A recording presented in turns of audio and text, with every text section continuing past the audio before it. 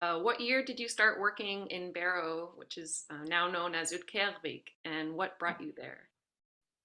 Great. Well, let me first start by, if I may, Roberta, by saying thank you to you and Jana and to Ben Jones for allowing me to make this recording.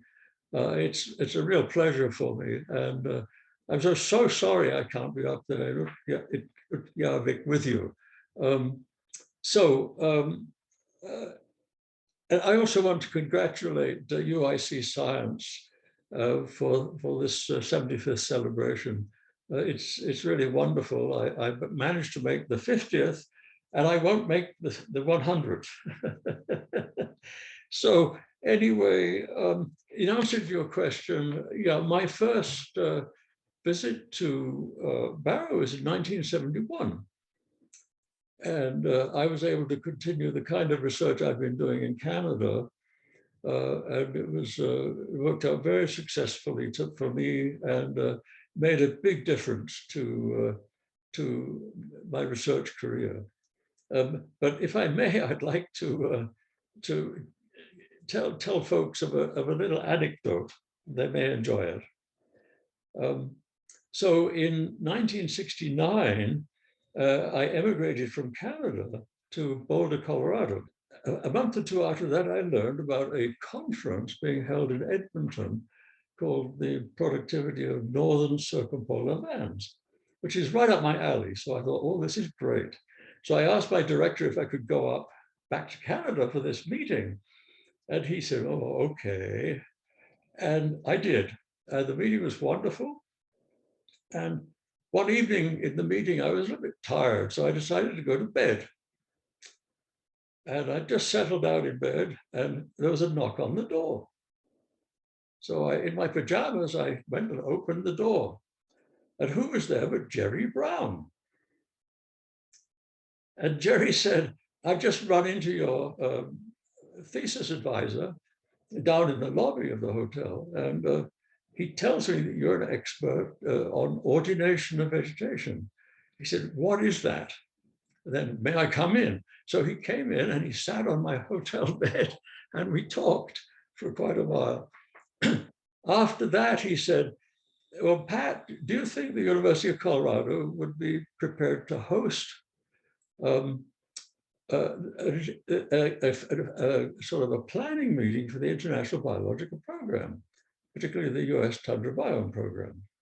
So I agreed to host um, this planning meeting for the US Tundra Biome Program, which turned out that it would be held in Barrow. The meeting, it was going to be a 4-year program to be held in Barrow. So I had the task of housing or finding places for the attendees to live. And I noticed on the list there were 3 names which I recognize, although I've not met them: Max Brewer, Max Britton, and Frank Petelka.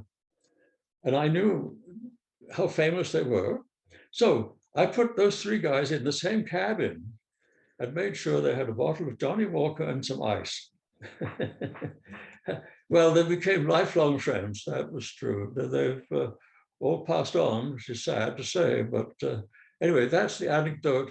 And that led then to me coming to Barrow for the first time in 1971. So, what highlights stand out from your experience doing Arctic research? Going to Barrow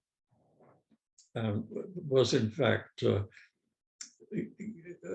was the starting of my real career in Arctic science. Um, it was remarkable. I previously I'd worked in Greenland, in Central Baffin Island, and in southern Hudson Bay, and always at places which were really isolated, no settlements nearby, and I was living out of a pup tent with freeze-dried food with one undergraduate assistant, and that was how I operated.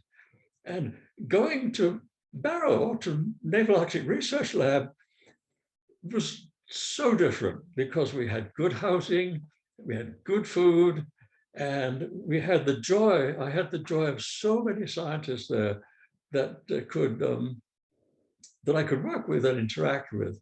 I mean, that was the highlight of my Arctic career, and really the start of my real Arctic career.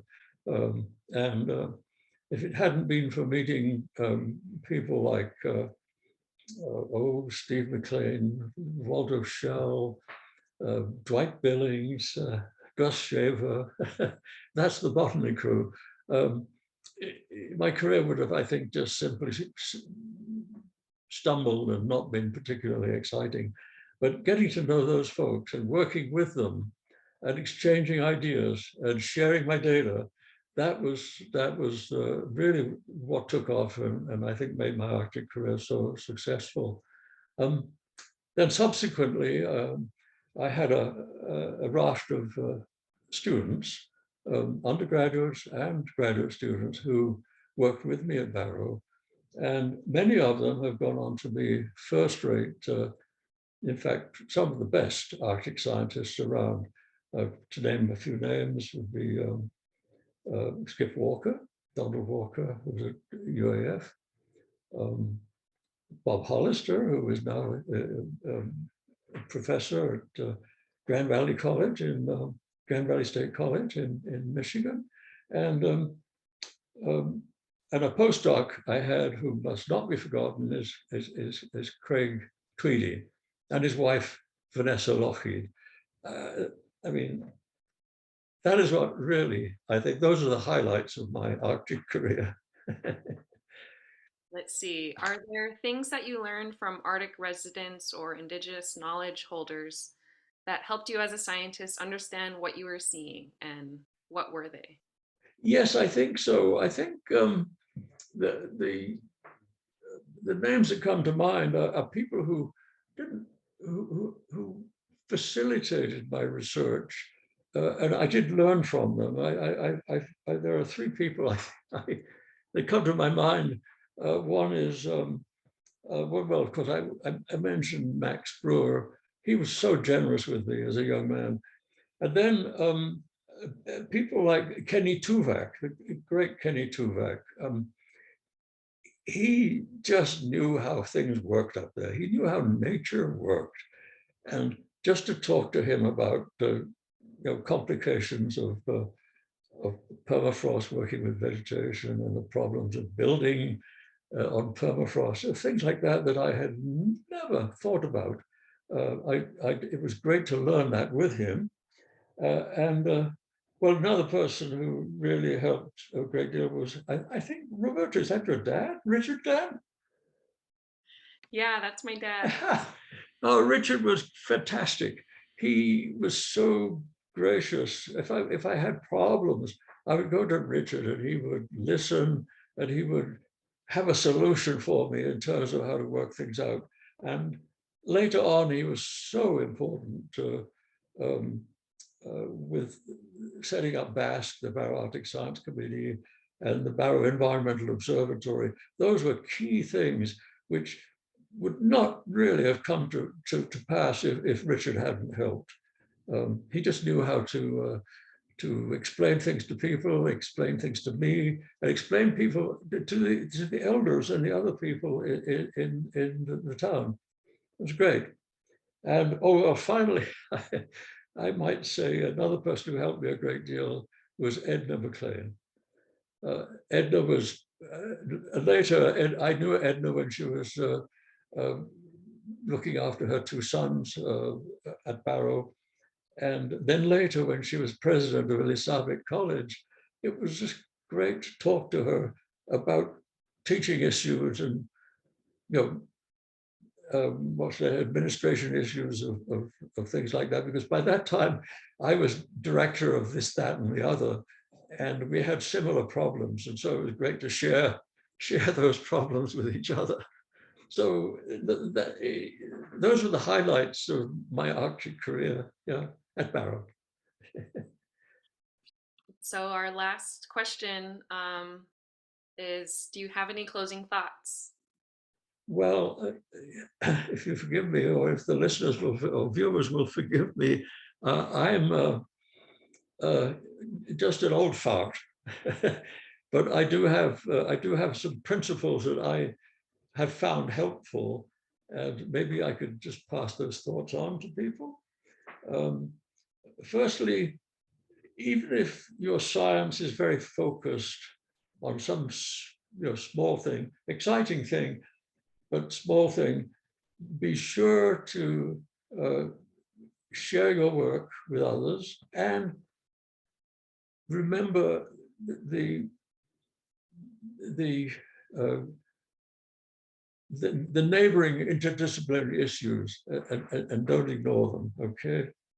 So a second idea would be, I am a great believer in, when designing science, to use the hypothesis method. You have a question, but develop a hypothesis to be tested. And then when you've done all, but also, most importantly, measure things beyond your hypothesis. Don't just focus exactly on that hypothesis, but make measurements and look at things beyond the hypothesis, okay? And finally, what you've got to do is to share that data with other people and archive your data. Make sure it's available to others in this life or in life beyond this one. But I must say, greetings to everybody. I do wish UIC Science and NARL the very, very best in the future. I think you have a very, very bright future. Thank you.